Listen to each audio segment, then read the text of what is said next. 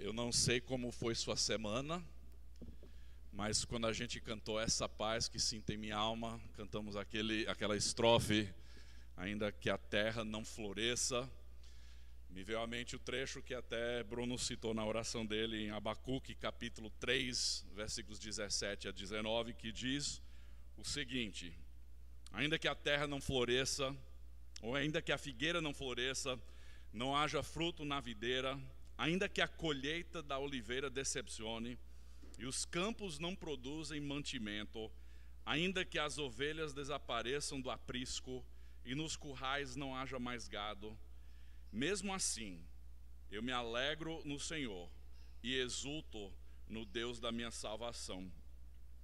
Então eu não sei como foi sua semana, se foi uma semana boa, tranquila, se foi uma semana de dificuldades. Entre nós há pessoas que estão sofrendo, entre nós há pessoas que recentemente perderam entes queridos, outros cujos familiares estão internados, ainda outros que estão passando por lutas em suas famílias, talvez situações financeiras. Não sei se você consegue dizer essas palavras como o profeta Abacuque, que mesmo assim eu me alegro no Senhor, mesmo assim eu exulto no Deus da minha salvação. Meus queridos, as dores e as lutas da vida, elas vêm com bastante frequência, né? Às vezes são dores físicas, às vezes emocionais, mas o importante é nos apegarmos ao Senhor da nossa salvação, fitarmos os nossos olhos em Cristo, que morreu por nós e nos deu o privilégio de termos vida eterna. Hoje à noite nós estamos encerrando uma série de pregações na vida de Abraão, que na verdade forma a base para o resto do ano, em que vamos estudar mais 3 patriarcas. Vamos entender um pouco sobre o estabelecimento da nação de Israel, sobre as promessas dadas aos patriarcas e como essas promessas têm implicações para as nossas vidas ainda nos dias atuais. Mas antes de entrarmos no nosso estudo, como tem sido a nossa prática durante as últimas semanas, nós vamos juntos ler uma declaração. Na história da igreja, regularmente a igreja tem focado em recitar confissões, catecismos, declarações de fé sobre o que elas creem. Isso aqui nada mais é do que uma confissão de fé sobre a palavra de Deus, o que nós cremos a respeito da palavra de Deus. Então, se você puder pegar a sua Bíblia, juntos nós vamos recitar essa declaração que vai aparecer no telão. Esta é a minha Bíblia, ela é a palavra de Deus, é a verdade e não contém erro. Ela tem autoridade sobre todos, em todo lugar e em todo momento. Hoje o meu coração está pronto para se submeter à autoridade de Deus. Por meio de sua graça, aplicarei sua verdade na minha vida. Continuarei alicerçado na verdade de Deus para a sua glória. Eu jamais serei o mesmo, em nome de Jesus, amém. Vamos abrir as nossas Bíblias em Gênesis capítulo 21.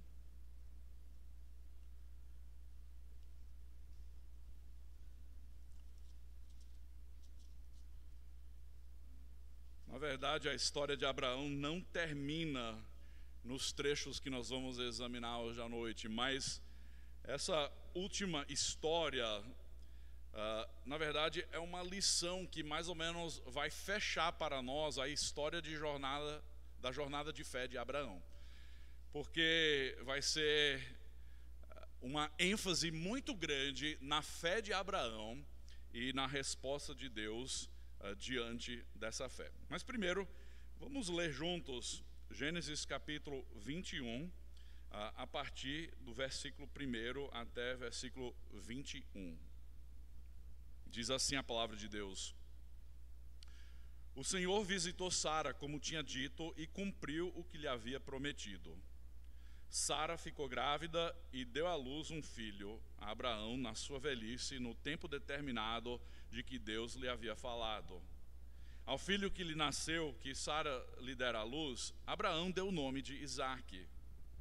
Abraão circuncidou seu filho Isaque quando ele tinha 8 anos, segundo Deus lhe havia ordenado.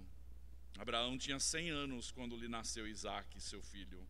E Sara disse: Deus me deu motivo de riso, e todo aquele que ouvir isso vai rir comigo.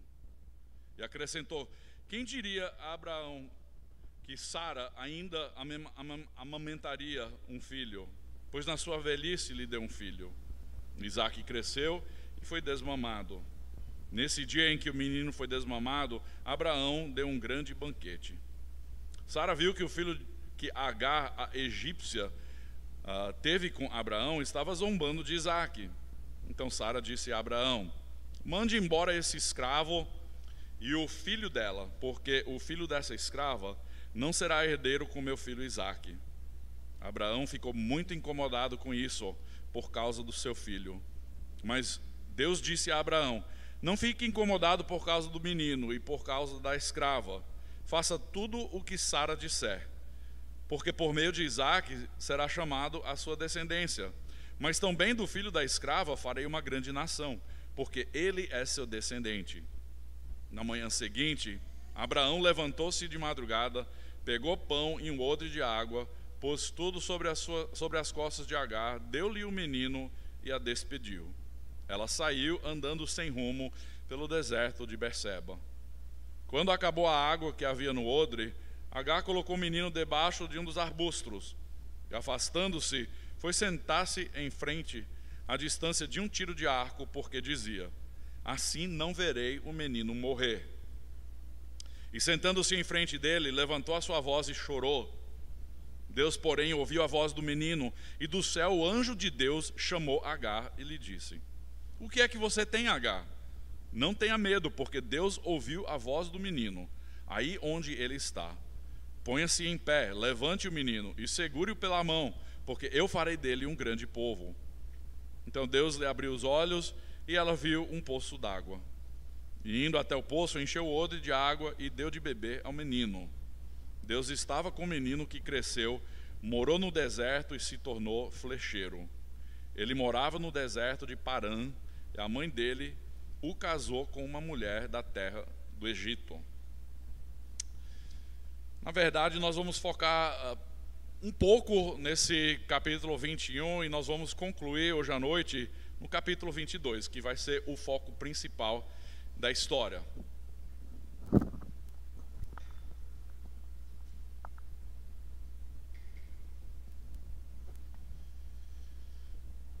Você já experimentou alguma prova na sua fé? Alguém aqui pode confessar que já experimentou alguma luta em que você teve que confiar em Deus ou meio que andar segundo o seu próprio caminho?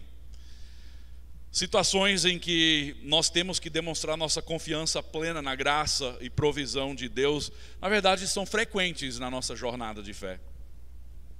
São nesses momentos, quando nós encaramos lutas, sofrimento, provas, são nesses momentos que a questão principal é essa: como nós reagiremos? Qual vai ser a nossa resposta diante daquilo? Como vamos lidar com a prova?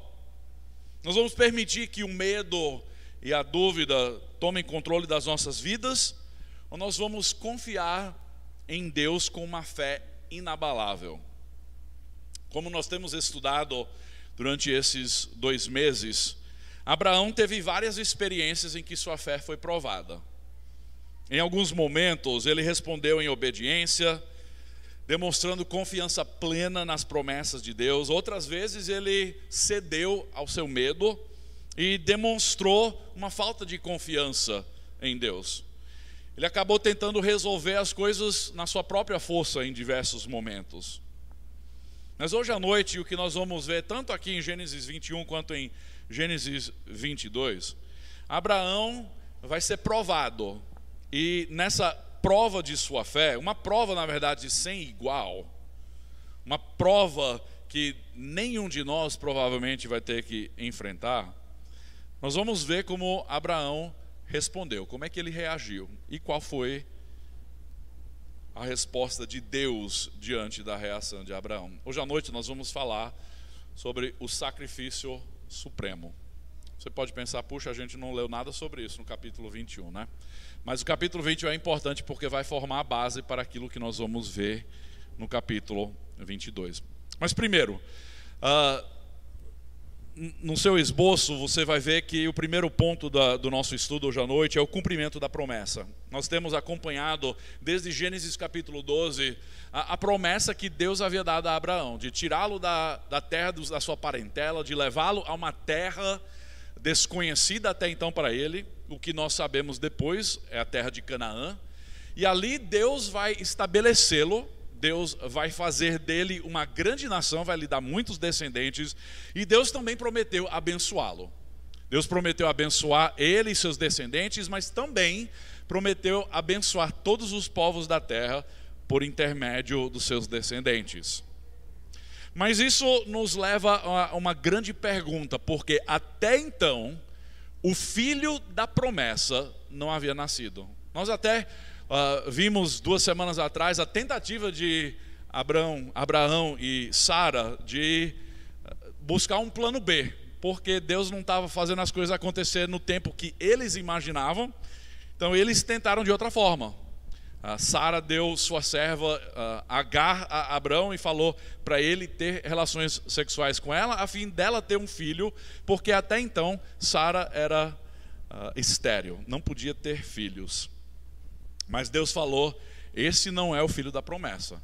O filho da promessa vai ser um filho nascido de Abraão e de Sara.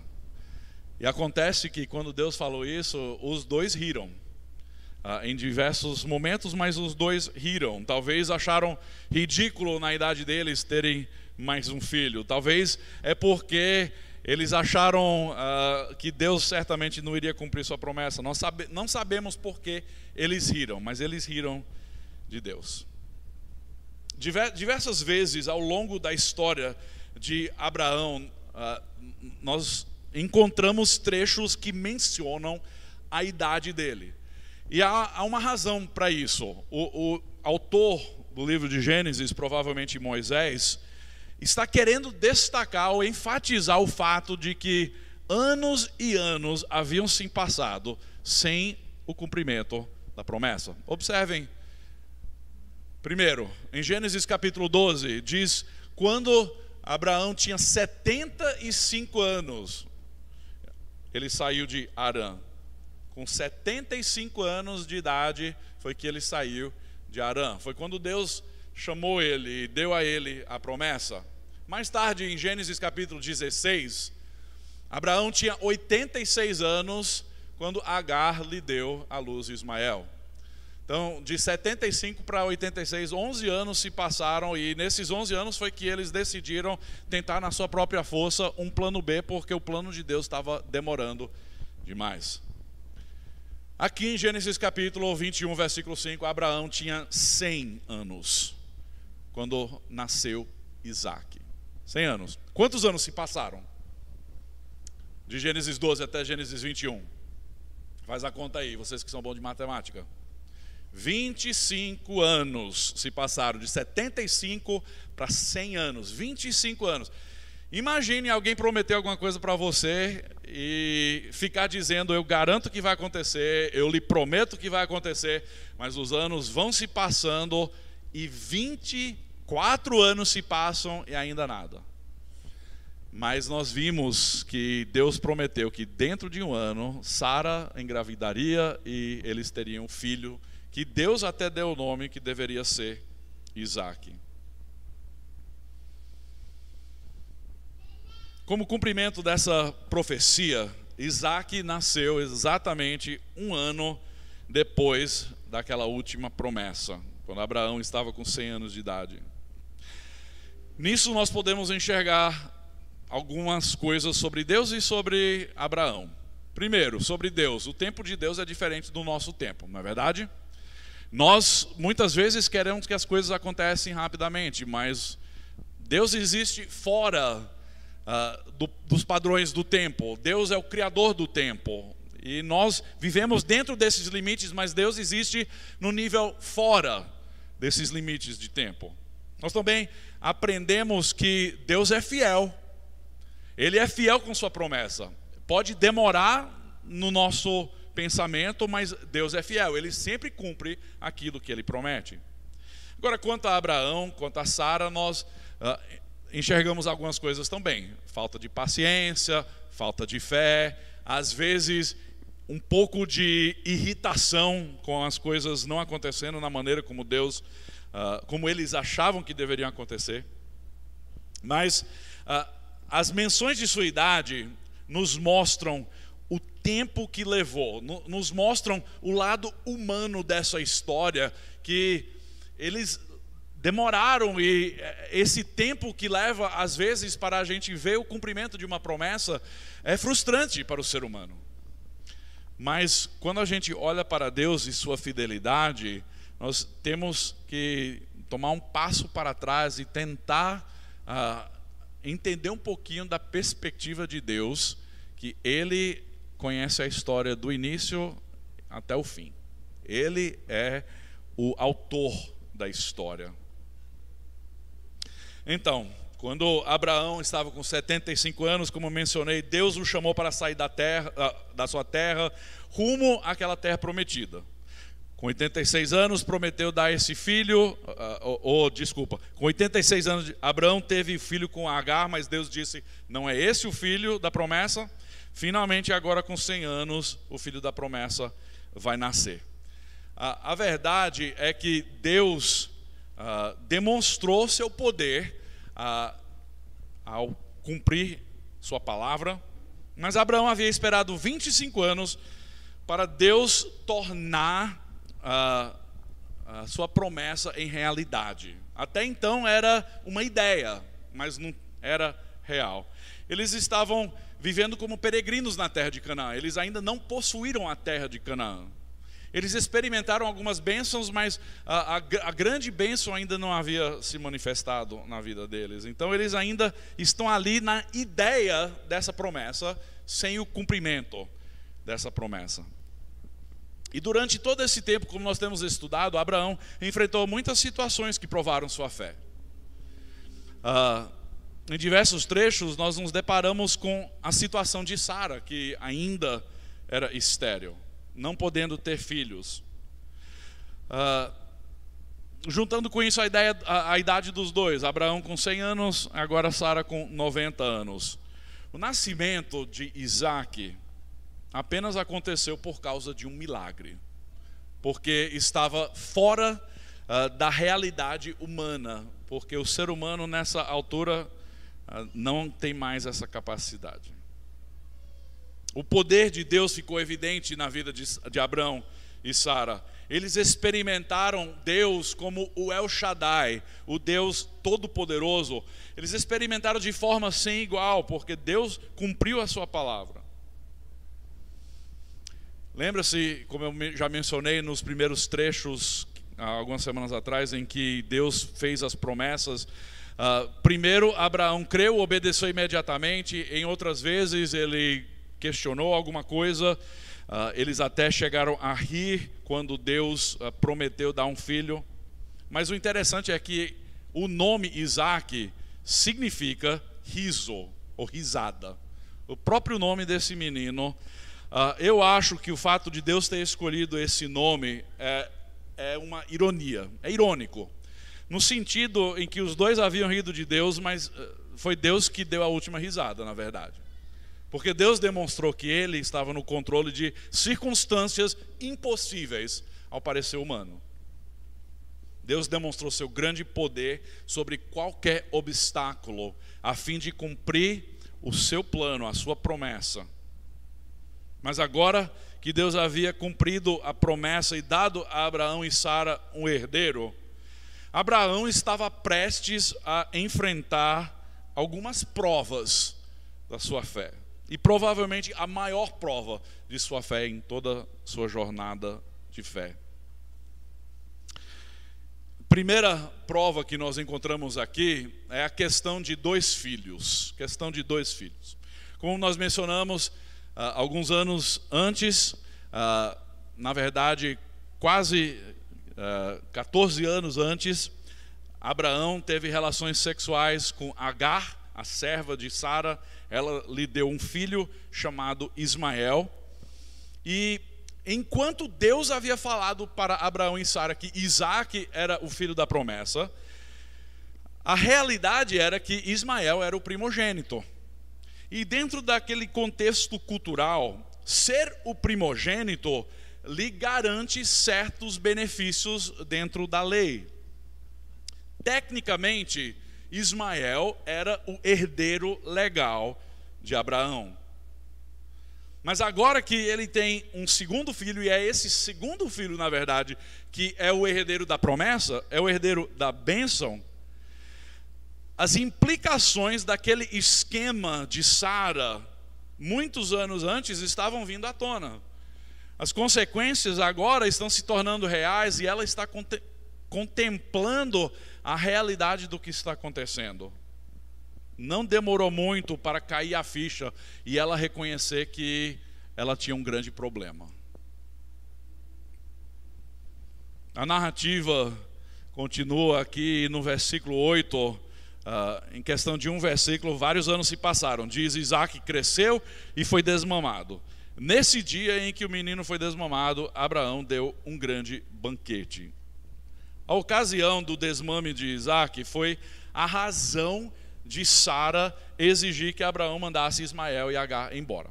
Ela observou algo muito natural entre crianças. Ismael talvez cutucando, talvez mexendo lá com o menino, irritando. E ela se revoltou com aquilo e ela falou para Abraão mandar Agar e Ismael embora. Abraão ficou incomodado pelo que nós lemos. Por quê? Porque esse era o seu filho. Enquanto Isaac era o filho da promessa, Ismael também era o seu filho. Ele amava o seu filho. Então o que aconteceu foi uma prova de fé de Abraão quanto ao seu relacionamento com seu filho Ismael, o primogênito. Mas é muito curioso, porque Deus mandou Abraão dar ouvidos à exigência de Sara, de mandar Agar e o seu filho Ismael embora.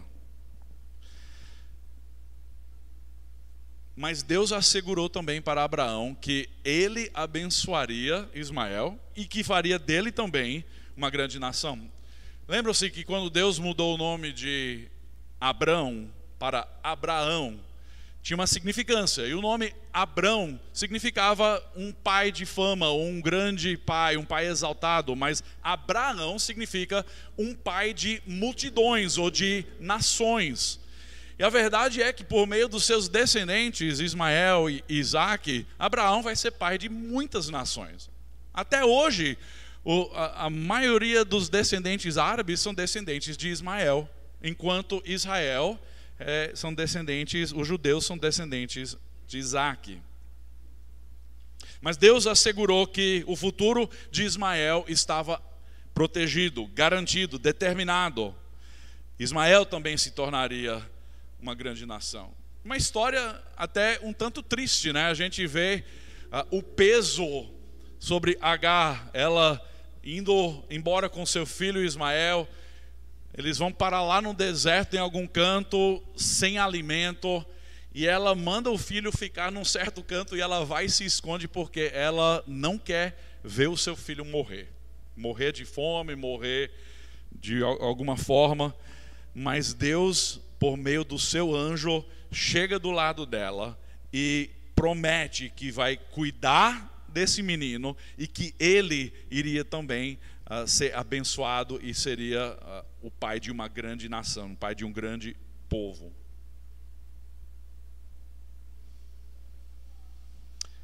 Então a primeira prova que nós encontramos aqui é, na verdade, uma escolha entre dois filhos. Uma dificuldade tremenda. E muitas vezes a gente lê trechos como esse e nós não entendemos a realidade, nós não conseguimos abraçar essas verdades, nos parece muito distante do que nós faríamos numa situação parecida.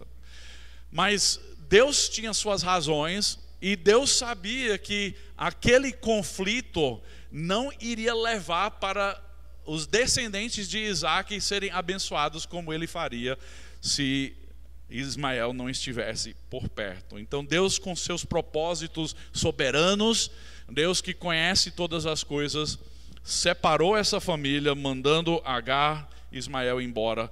E agora nós vamos correr para frente, porque o capítulo 22 é onde nós vamos terminar o nosso estudo na vida de Abraão. Uma história conhecida pela maioria das pessoas, até muita gente que não é religiosa conhece essa história, porque é uma história chocante, uma história que muitas pessoas acham ridícula, mas uma história que nos mostra a maior prova de fé na vida de Abraão, mas história que aponta nas Escrituras para uma história ainda mais bonita, ainda maior, que vai nos abençoar ainda nos dias atuais. Então vamos para frente, Gênesis capítulo 22. E o que eu queria fazer é ler apenas os primeiros 19 versículos, não são muito longos, e depois nós vamos fazer alguns comentários para encerrar o nosso estudo hoje à noite. Vamos ver juntos Gênesis capítulo 22. Diz assim a palavra de Deus.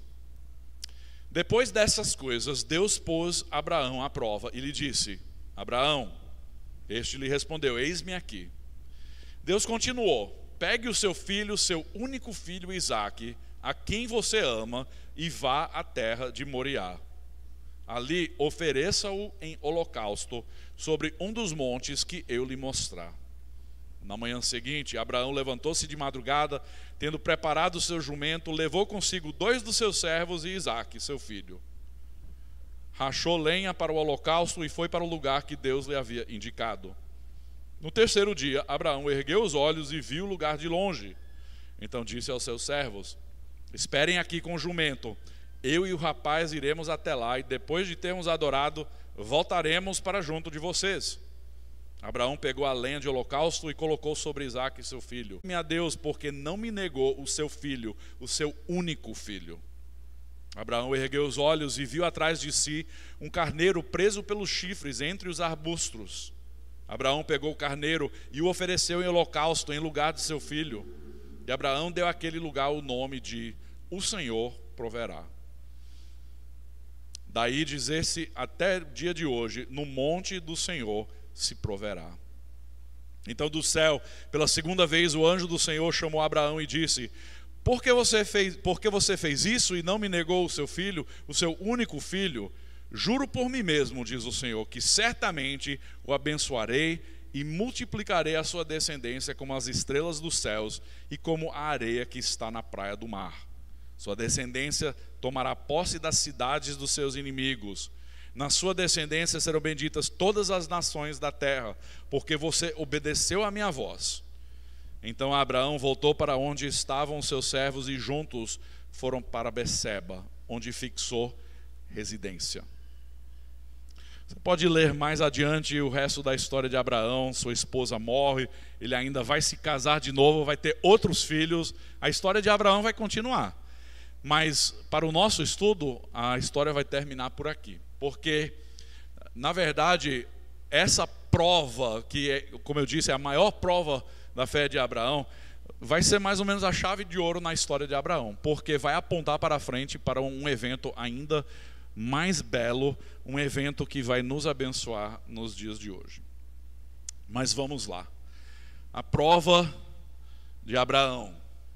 Diz aqui no texto que depois dessas coisas, Deus pôs Abraão à prova. Deus pôs Abraão à prova.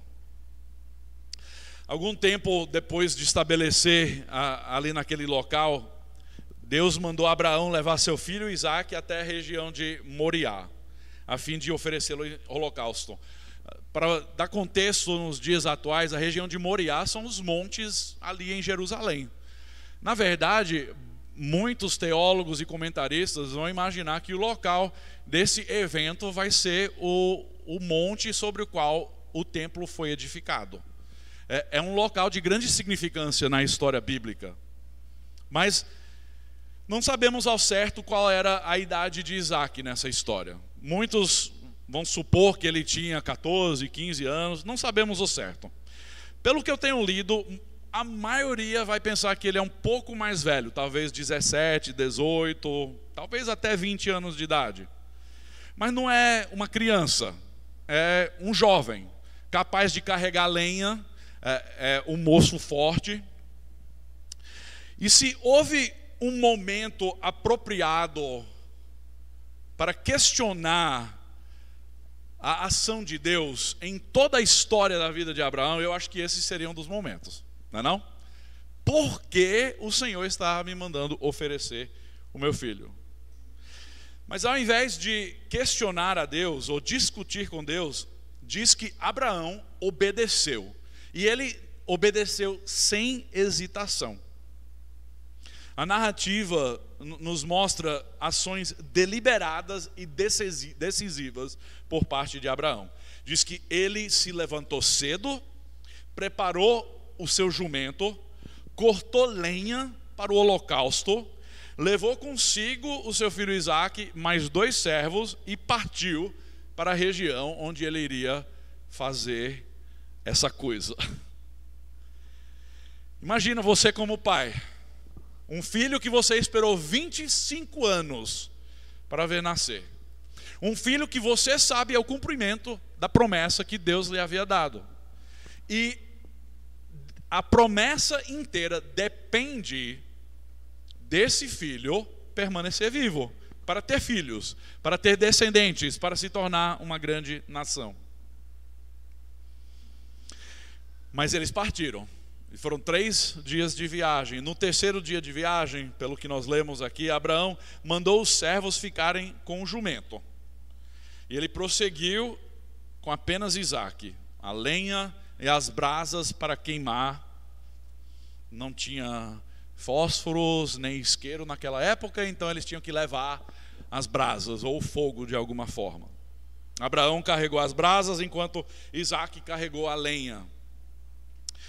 Mas a história deixa claro que durante a caminhada deles, a gente não sabe qual foi a distância que eles percorreram, só os 2, mas enquanto eles estavam andando, Isaque estava contemplando os detalhes. Estava olhando, o pai está ali com as brasas, ele carregando a lenha, o local já está definido, nós vamos oferecer um sacrifício ao Senhor. Eita, peraí, cadê o cordeiro? Cadê o animal que nós vamos oferecer? E sem hesitação nenhuma, quando Isaque perguntou a Abraão, Abraão disse: Deus mesmo há de prover o cordeiro para o holocausto, meu filho. E os 2 continuaram a caminhar juntos. Isaque não questionou, ele teve fé. O pai está dizendo que Deus vai fornecer o cordeiro, então vamos lá. A resposta de Abraão aqui no versículo 8 desse capítulo é a chave para entendermos o que ele estava pensando, o que ele estava crendo. A prova que Abraão experimentou dependia inteiramente da sua confiança na provisão de Deus. Ele tinha uma fé que Deus sabia o que estava fazendo e que Deus haveria de prover aquilo que ele precisava. Isso estava baseado em 25 anos, não mais, agora provavelmente 30 e tantos anos, talvez até 40 anos de uma história com Deus, uma jornada caminhando ao lado de Deus, experimentando a promessa de Deus, o cumprimento da promessa, esperando em Deus e Deus sempre estando presente para suportá-lo, sustentá-lo, edificá-lo, abençoá-lo. E sua obediência completa, e suas palavras aqui nos mostram o quanto ele havia crescido na sua fé, o quanto ele havia amadurecido na sua fé. Ele confiava plenamente na fidelidade e na graça de Deus. Diz que quando eles chegaram ao lugar que Deus lhe havia indicado, Abraão construiu um altar, que é uma imagem, na verdade é uma escavação arqueológica e é um altar antigo e provavelmente o tipo de altar sobre o qual holocaustos eram oferecidos naquela época. Quando chegaram ao lugar que Deus lhe havia indicado, Abraão construiu um altar e sobre ele arrumou a lenha, amarrou seu filho Isaque e colocou sobre o altar em cima da lenha. Como pai de jovens, 4, eu tenho grande dificuldade em entender como um pai conseguiu fazer isso. Mas ao mesmo tempo eu olho para essa história e eu penso, eu queria ter fé do jeito que esse homem teve. Eu queria ter um relacionamento tão íntimo com Deus quanto esse homem tinha, que ele estava confiante de que Deus iria fazer algo, de que Deus não iria permitir que o seu filho morresse. Ele tinha uma fé enorme, o que nós até lemos no início do culto hoje à noite, em Hebreus capítulo 11.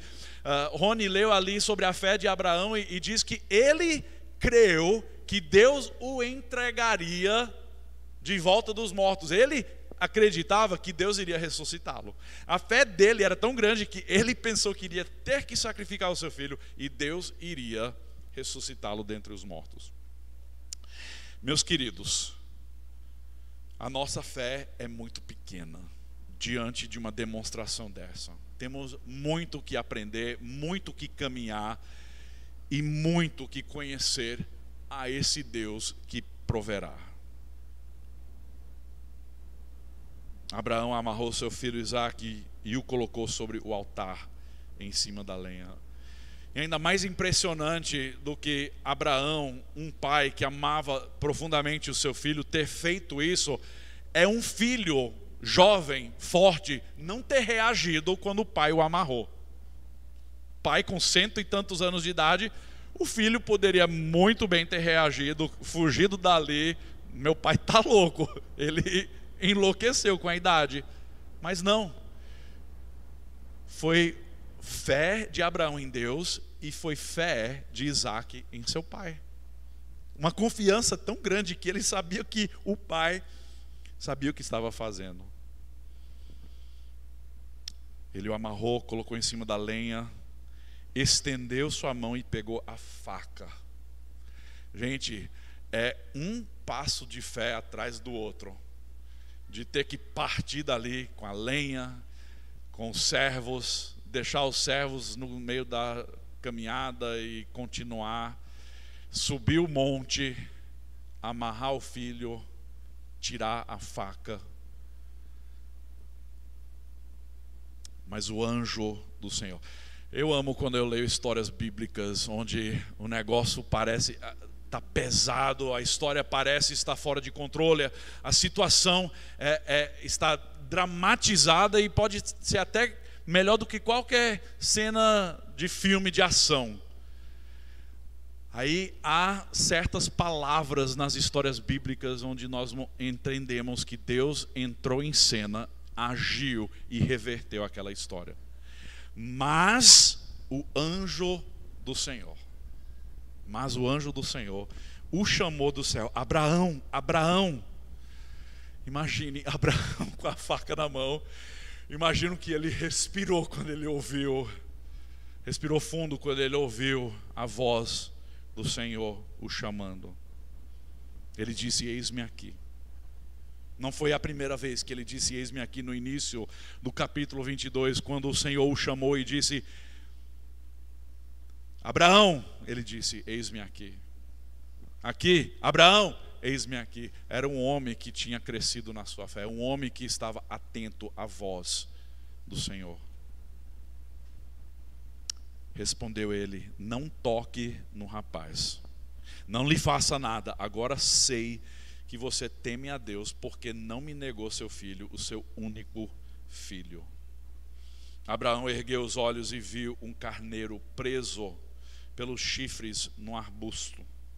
Foi lá pegá-lo e o sacrificou como holocausto em lugar do seu filho. Imagine o alívio desse pai, imagine o alívio do filho.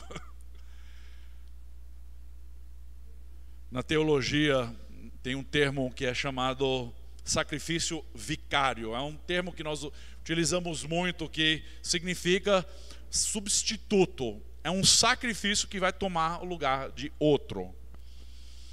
E é justamente esse carneiro que Deus deu a Abraão como substituto, que vai chamar a nossa atenção para algo futuro, que eu vou ainda chegar lá, mas primeiro em Gênesis 22:14, Abraão deu àquele lugar o nome de O Senhor Proverá.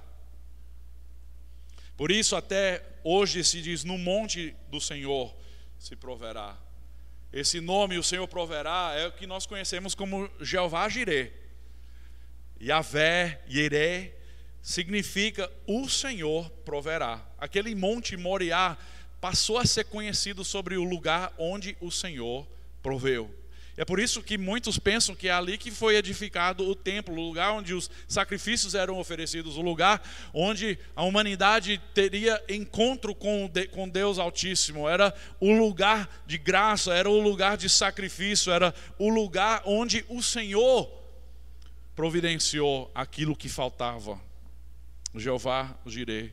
Nós temos aprendido muito com os nomes do Senhor, com os nomes de Deus ao longo dessa história de Abraão, mas talvez esse é o nome mais marcante, porque esse é o nome que vai apontar para frente para um futuro sacrifício, onde Deus vai providenciar algo muito maior do que esse sacrifício de um carneiro. Deus vai providenciar algo que vai beneficiar a nós como seres humanos, pecadores, carentes de graça.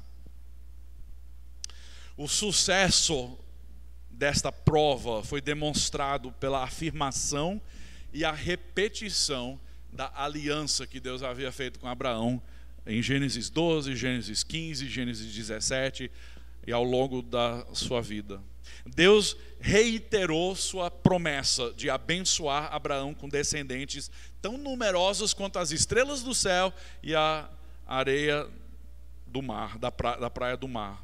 Deus também renovou sua promessa de abençoar toda a terra por meio dos descendentes de Abraão. E assim como começou essa história, ela termina com a promessa de bênção mundial. Bênção que vai chegar até nós nos dias de hoje. E eu acho que tem uma conexão muito forte com essa prova de fé na vida de Abraão, porque vai apontar para frente. Mas eu quero, antes de fazer essa conclusão e fazer as conexões, quero destacar dois momentos na vida de Abraão. Não sei se na sua casa você tem suportes de livro ou aparadores de livro numa prateleira que seguram os livros, mas esses aparadores, eles têm a função de segurar os livros para que não caiam, né? Nós podemos dizer que há dois momentos na vida de Abraão que se destacam como aparadores, como suportes para a sua jornada de fé inteira. E o primeiro momento é quando ele vai partir em fé, rumo a uma terra desconhecida. Ele vai obedecer sem hesitação, sem questionamento. Ele vai abandonar tudo que conhece e vai partir em fé de que Deus, que até então era desconhecido para ele, um Deus que se revelou a ele, ele rompeu em fé. E o segundo momento é esse momento quando ele oferece o seu filho Isaque. Os dois momentos não marcam nem o início nem o fim da vida de Abraão, mas são dois momentos que marcam para nós grandes momentos na jornada de fé desse homem. Todos nós, na verdade, que conhecemos a Deus, temos momentos marcantes na nossa jornada de fé.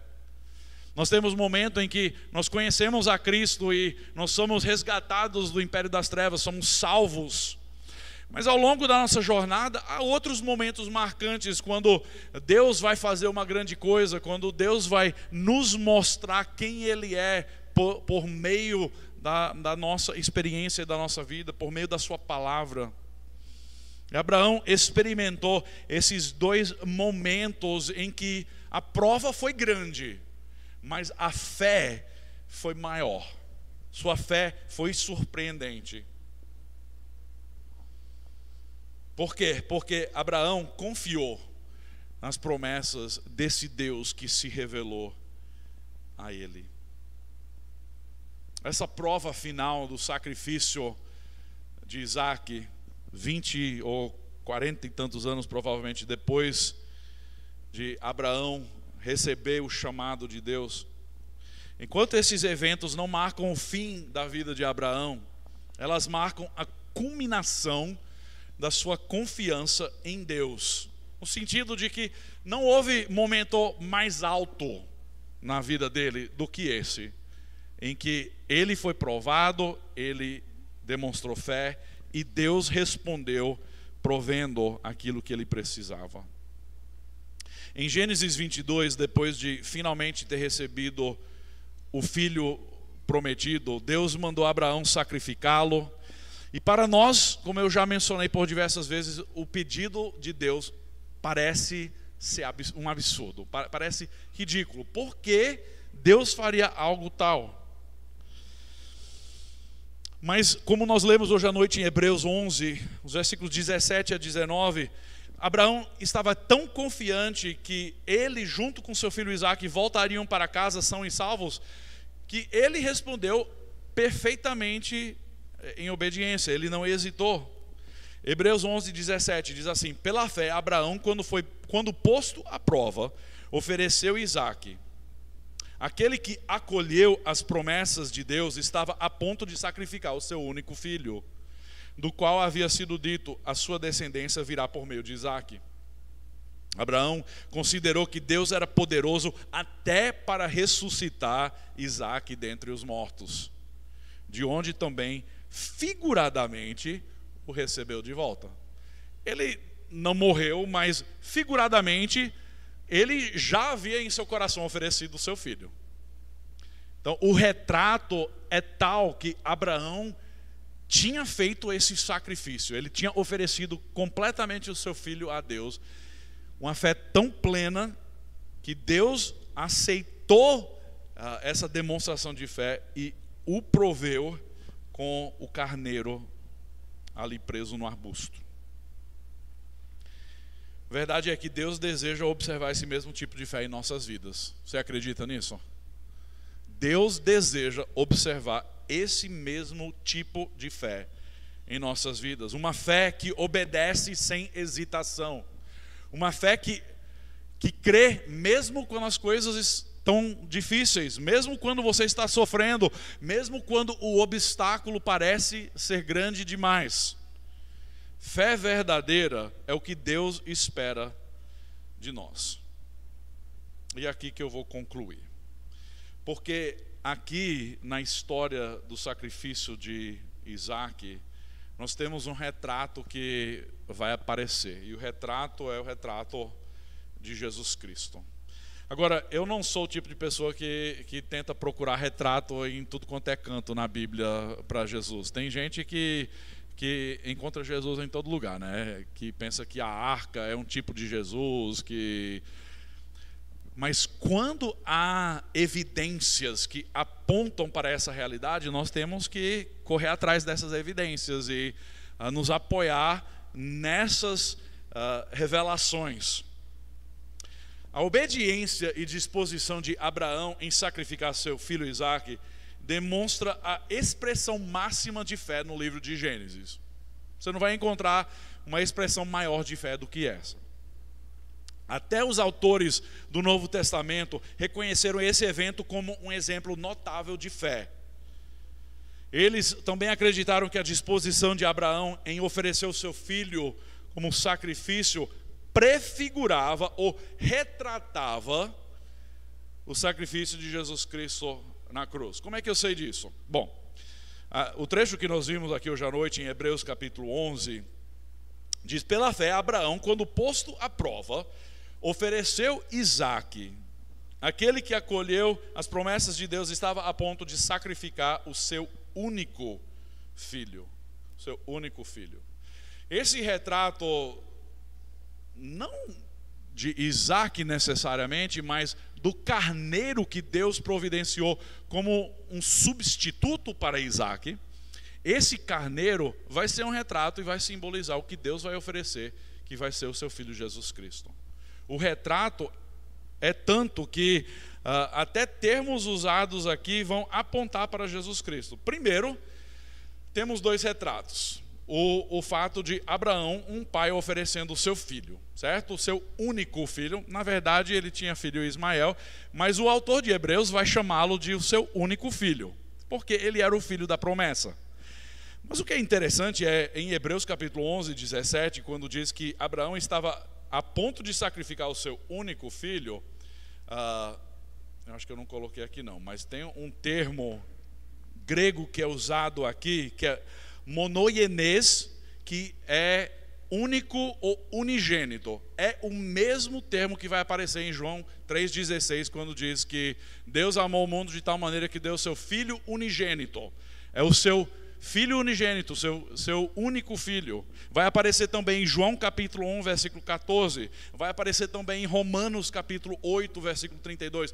É um termo que vai ser utilizado quase sempre para descrever Jesus Cristo sendo oferecido como um meio de salvação. O fato que o autor de Hebreus vai usar esse mesmo termo para falar a respeito de Isaac, nos leva a entender que ele estava apontando para Jesus Cristo, quanto a esse fato de um pai oferecer o seu único filho. Gênesis 22, nós lemos: porque você fez isso e não me negou o seu filho, o seu único filho, juro por mim mesmo, diz o Senhor, e depois nós vamos ver o restante. Mas o segundo aspecto desse retrato é o que eu já mencionei, que é a palavra vicário, né, que significa um substituto.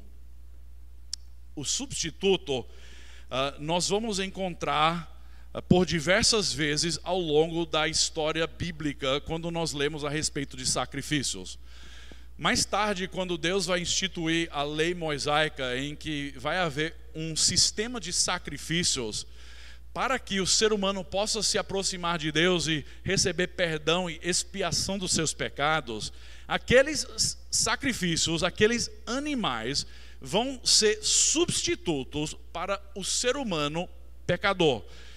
Mas o problema é que nunca são substitutos perfeitos, porque nunca há uma identificação perfeita com o ser humano, porque um é um animal e o outro é um ser humano, certo?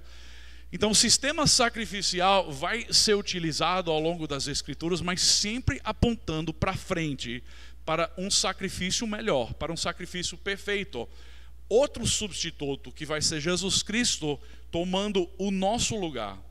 Então, como eu já mencionei, a palavra vicário, que significa substituto, nós podemos sim olhar para essa história, porque toda vez que nós encontramos sacrifícios sendo oferecidos nas Escrituras, estão sempre apontando para frente, são retratos, são sombras de uma realidade maior que está por vir.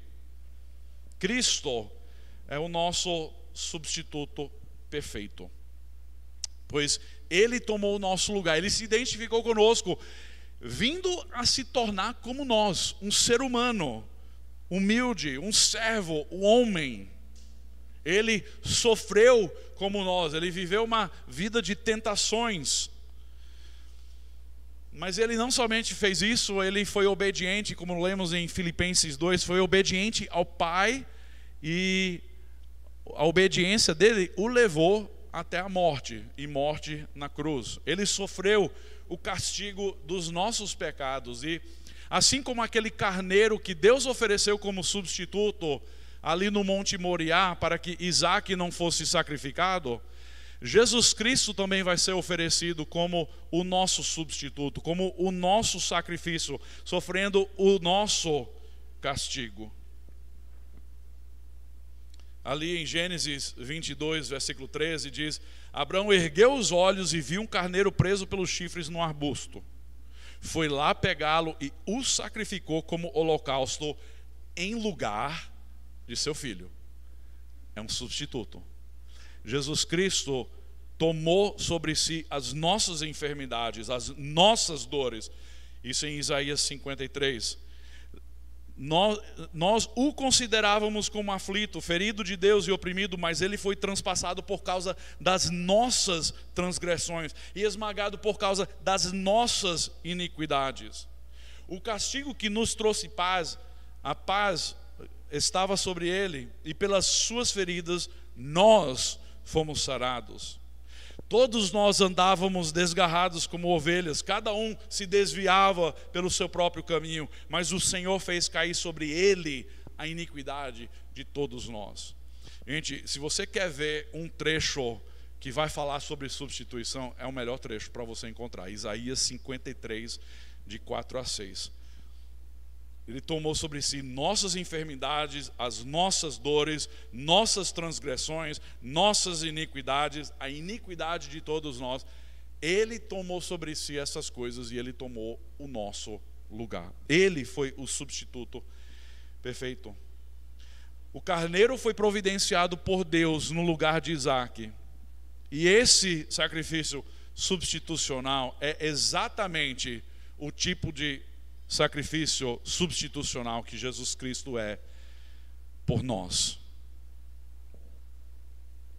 Além de Isaías, há outros trechos que nós poderíamos ler. 2 Coríntios 5, 21, Paulo escreve: aquele que não conheceu o pecado, Deus o fez pecado por nós, por mim, por você.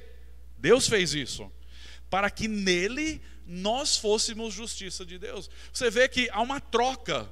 Ele não simplesmente oferece a sua vida como substituto e em sacrifício, mas há uma troca, que o nosso pecado vai cair sobre ele e a justiça dele vai cair sobre nós. Gente, isso é maravilhoso, é um sacrifício sem igual. Isso é o que é o Evangelho. Essa é a boa notícia de que, pela fé naquilo que Jesus Cristo fez por nós, você pode ser salvo, você pode ser perdoado de qualquer pecado, porque Jesus tomou sobre si todo o peso, todo o castigo do nosso pecado.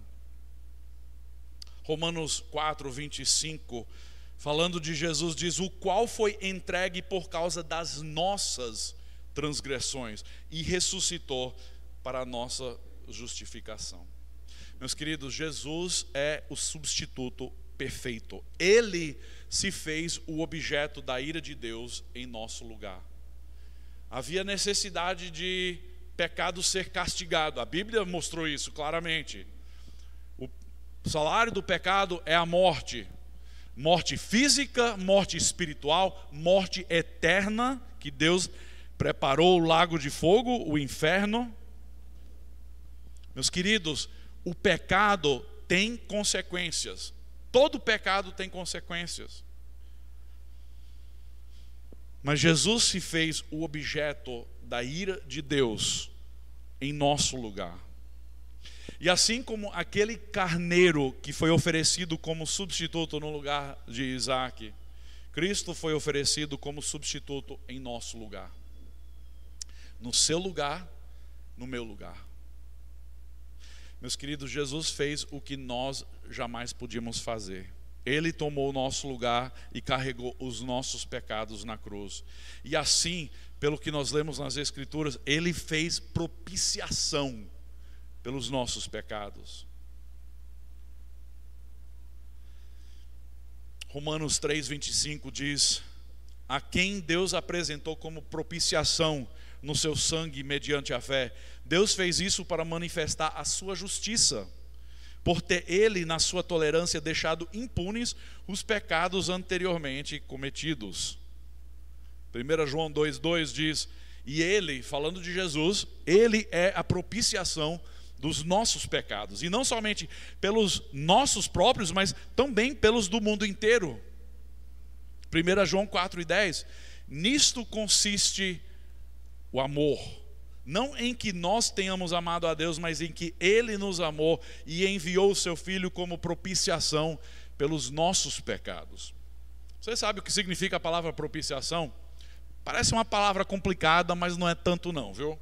A palavra propiciação significa desviar a ira de Deus por meio de um pagamento, certo?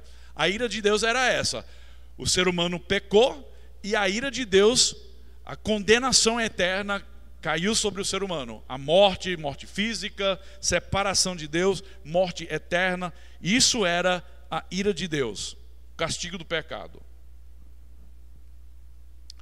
Mas Jesus Cristo fez desviar essa ira. E em vez da ira cair sobre nós, Ele, por meio do pagamento do seu próprio corpo, sua vida, o derramamento do seu sangue em nosso lugar, Ele fez propiciação. Quer dizer, Ele desviou a ira de Deus. E em vez de Deus fazer cair sobre nós a ira caiu sobre o seu próprio Filho Jesus Cristo. Maior amor do que esse não existe, meus queridos. Não existe. A ira e o castigo de Deus é a exigência legal que Deus mesmo estabeleceu para punir o pecado. O pecador é todo aquele que violou a lei perfeita de Deus. Na verdade, a Bíblia diz que nós nascemos em pecado. Todos nós somos pecadores por natureza. Nos desviamos do plano perfeito de Deus. E por isso Deus exige pagamento, castigo pela infração. Mas Deus, em sua imensa graça e misericórdia, ofereceu seu único Filho em nosso lugar para pagar o preço do nosso pecado. Ele sofreu e morreu em nosso lugar, a fim de que nós pudéssemos ser justificados e perdoados completamente. E assim como Abraão creu em Deus e na sua graça, e diz que ele foi declarado justo por causa da sua fé, nós também precisamos crer em Jesus Cristo e na sua obra na cruz, naquele sacrifício substitucional. Pois somente crendo é que nós recebemos os benefícios. Somente crendo é que nós recebemos em nossa conta o pagamento da nossa dívida. O sacrifício de Jesus, meus queridos, aqui diz que foi suficiente para o pagamento do pecado de todo mundo, certo? Mas esse pagamento é eficiente apenas para o pagamento daqueles que creem. Porque todo aquele que não crê já está condenado. Então, vai chegar um momento em que todo ser humano terá que se apresentar diante de Deus. Está determinado de que cada um de nós vamos morrer e um dia estaremos diante de Deus. E a diferença entre quem vai entrar no reino dos céus e aquele que vai para o inferno para toda a eternidade é simplesmente o fato de você ter crido naquilo que Jesus Cristo fez por você. Nada mais. Não importa se você deu dinheiro aos pobres, não importa se você fez alguma ação social, não importa se você foi bonzinho, nunca mentiu, nunca roubou nada. Meus queridos, o que importa é que você creu em Jesus Cristo como seu único Salvador. A única coisa que importa. Então, se eu tenho um desafio para deixar com vocês hoje à noite, o desafio é esse. Se você nunca colocou sua fé em Jesus Cristo como Salvador, faça isso hoje à noite. É uma coisa tão simples, é simplesmente uma resposta de fé. É dizer, eu creio. Simples, eu creio que Jesus Cristo morreu por mim. Eu creio que eu não posso chegar até Deus por mim mesmo, porque o meu pecado é grande demais. Eu creio que o meu pecado foi perdoado na cruz. Eu creio que eu tenho vida eterna e que eu tenho salvação por meio de Cristo. Basta você fazer isso. E o outro desafio, para terminar, para aqueles que já creem, aqueles que já têm um relacionamento com Deus. A verdade é que seguir a Deus é difícil. Seguir a Deus não é fácil. Abraão experimentou isso vez após vez. Mas Abraão, no final da sua vida, ele sabia que podia confiar em Deus, a despeito da prova que ele tinha à sua frente. O mesmo continua sendo verdade ainda hoje. Quando a nossa fé é provada, nós podemos olhar para exemplos bíblicos como Abraão, para termos coragem, para termos fé, para perseverar. Por quê? Porque o mesmo Deus, Jeová Jireh, que providenciou o carneiro como substituto para Abraão, naquele momento de desespero, também é o mesmo Deus que providencia para nós libertação por meio do seu Filho Jesus Cristo. E nós, como filhos de Abraão pela fé, também demonstramos a nossa fé quando nós confiamos nas promessas de Deus e no sacrifício de Cristo. Vamos orar. Vamos fechar os olhos. Quero só fazer uma pergunta antes de orar. Há alguém aqui hoje à noite que pode dizer: eu nunca confessei Jesus Cristo como meu Salvador, eu nunca confiei nele para a minha salvação, mas hoje à noite tudo isso fez sentido, hoje à noite eu quero colocar minha fé em Jesus. Há alguém? Levanta a sua mão onde você está e simplesmente diga: pastor Timóteo, eu confesso que eu creio em Jesus, eu preciso dele, eu preciso da sua salvação. Há alguém que pela primeira vez hoje à noite quer dizer isso? Há alguém hoje à noite que, como Abraão, tem lutado com Deus muitas vezes, tem errado, tem tropeçado, mas você está preparado hoje à noite para dizer: eu quero confiar plenamente em Deus, eu não quero viver da velha maneira, eu quero ser como Abraão, que estava disposto a entregar o seu próprio filho, eu quero ter essa fé. Alguém hoje à noite que simplesmente por um gesto, levantando a sua mão, dizendo: pastor Timóteo, ore por mim, eu quero ter essa fé, eu quero viver dessa forma. Na verdade, todo mundo devia levantar a mão, né? Porque esse é o nosso grande desafio. Alguém? Eu vou orar por vocês hoje à noite. Obrigado, obrigado, muito obrigado. Sim, obrigado. Vamos orar. Senhor Deus, que bênção reconhecer que aquela promessa feita a Abraão milhares e milhares de anos atrás, de fazer dele uma grande nação e de abençoá-lo e abençoar todos os povos da terra. Senhor, é uma bênção hoje poder olhar para trás nessa história e entender que nós hoje somos abençoados por causa de Cristo, o descendente de Isaac, o descendente de Abraão, e que por meio de toda essa história de redenção, o Senhor estava preparando um plano perfeito através do seu próprio Filho, que seria o substituto perfeito por nós. Ó Deus, que maravilha poder ouvir essa história e ter a nossa fé renovada e lembrarmos que o Senhor nos resgatou do império das trevas, o Senhor nos deu salvação, nos deu perdão dos pecados. Ó Deus, muito obrigado por esse sacrifício. Senhor, eu peço que o Senhor abençoe cada um que levantou sua mão hoje à noite, aqueles que estão lutando com alguma decisão, talvez, alguns que talvez estão lutando para obedecer, talvez algum pecado que precisam abandonar, ó Deus, para te servir melhor. Pai, não sei o que é a prova na fé dessas pessoas, mas eu peço a tua bênção, ó Deus, eu peço a tua mão agindo, eu peço que o Senhor fortaleça a fé, eu peço ousadia, eu peço, ó Deus, coragem, fé verdadeira, para que possamos ser como Abraão, de estarmos prontos a te oferecer tudo que nós temos, tudo que nós somos, até a nossa família, ó Deus, tudo, porque nós entendemos que o Senhor é o Deus que proverá.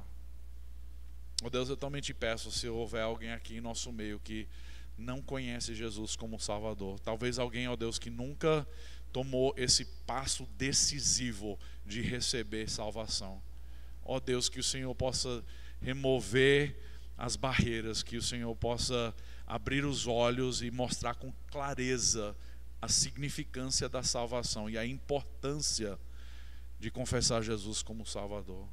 Ó Deus, que o Senhor possa salvar vidas aqui em nosso meio, que o Senhor possa resgatar os perdidos ao nosso redor e que sejamos fiéis, ó Deus, de comunicar essa mensagem que ouvimos aqui hoje à noite com os nossos amigos, com os nossos conhecidos, porque nós sabemos, ó Deus, que é a única solução para termos vida eterna.